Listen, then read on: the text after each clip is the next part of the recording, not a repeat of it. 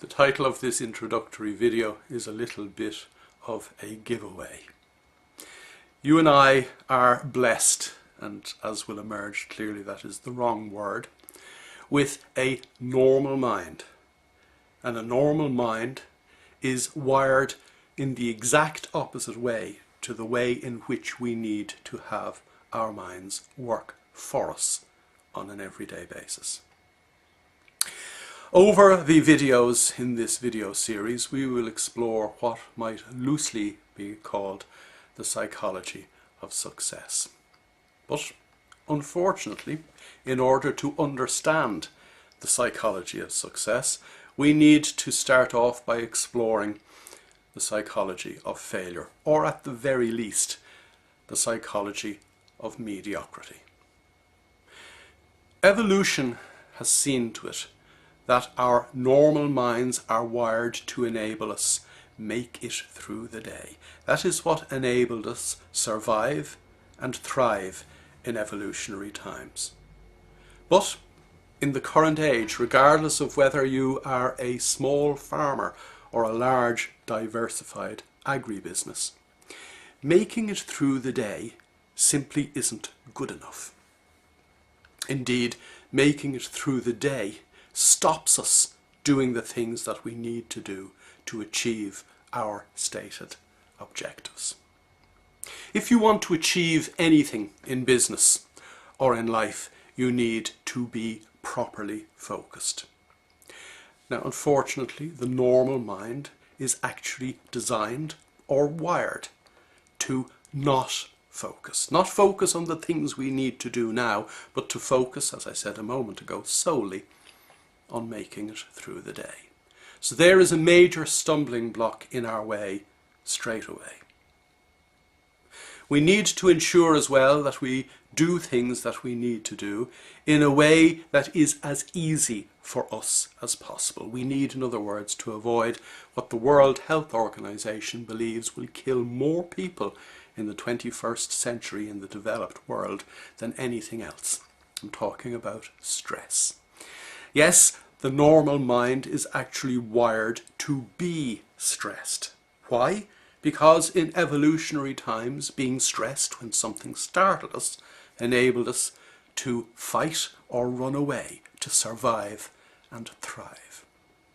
And as we move forward in trying to achieve our goals or better ourselves or better our business or our lot in life, we need to do new things. We need to change. If we want anything indeed to change in our lives at all, we need to instigate and initiate that change ourselves. And yet, our normal minds are wired to resist change. So think about what I've just said. First of all, our normal minds are wired to not focus. Our normal minds are wired to be stressed. Our normal minds are wired to resist change. And indeed, the litany of faults goes on because our normal minds are wired to be distracted too. The University of California in Los Angeles has calculated that we have 70,000 thoughts whizzing through our head every day which have little or nothing to do with what we're trying to do today to achieve our goals and objectives.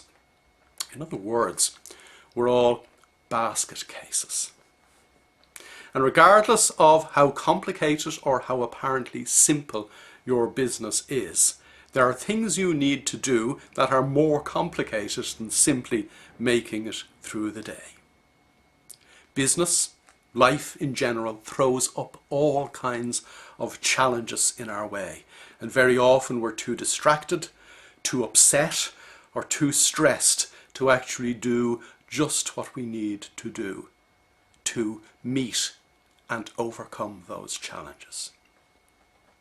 But the proposition this video series is putting to you is that the challenges that we meet in life and business every day are not really the challenge that we need to meet at all.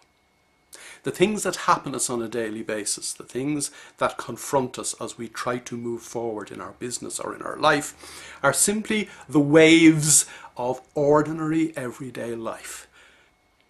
Now, if you could rise to the one key challenge that we all have in our life, you would be able to ride those waves almost effortlessly. You'd be able to sail through business and life on an even keel. The one key challenge that I'm talking about that we all have in our lives is that we rise to the challenge of managing what's going on in our own heads. If you could rise to that challenge, if you could take control over the one thing over which you can exercise total control in your life, your own state of mind, then everything else becomes easier. And indeed, neuroscience has established that everything else becomes almost effortless.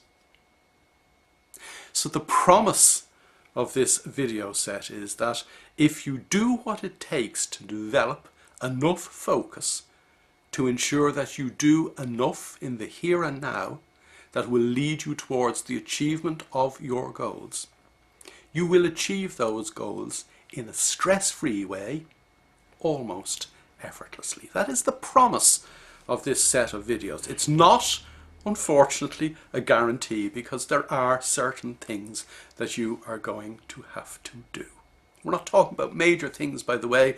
We're talking about simple little things we all need to do to ensure that we get our normal minds working for us, rather than the normal way in which they work against us. Essentially, as I said earlier on, we're talking about the psychology of success. We're talking about being able to use our ordinary minds in an extraordinary way to ensure that we do just what we need to do in the here and now to achieve our objectives for today, for this quarter, for this financial year, for life in general.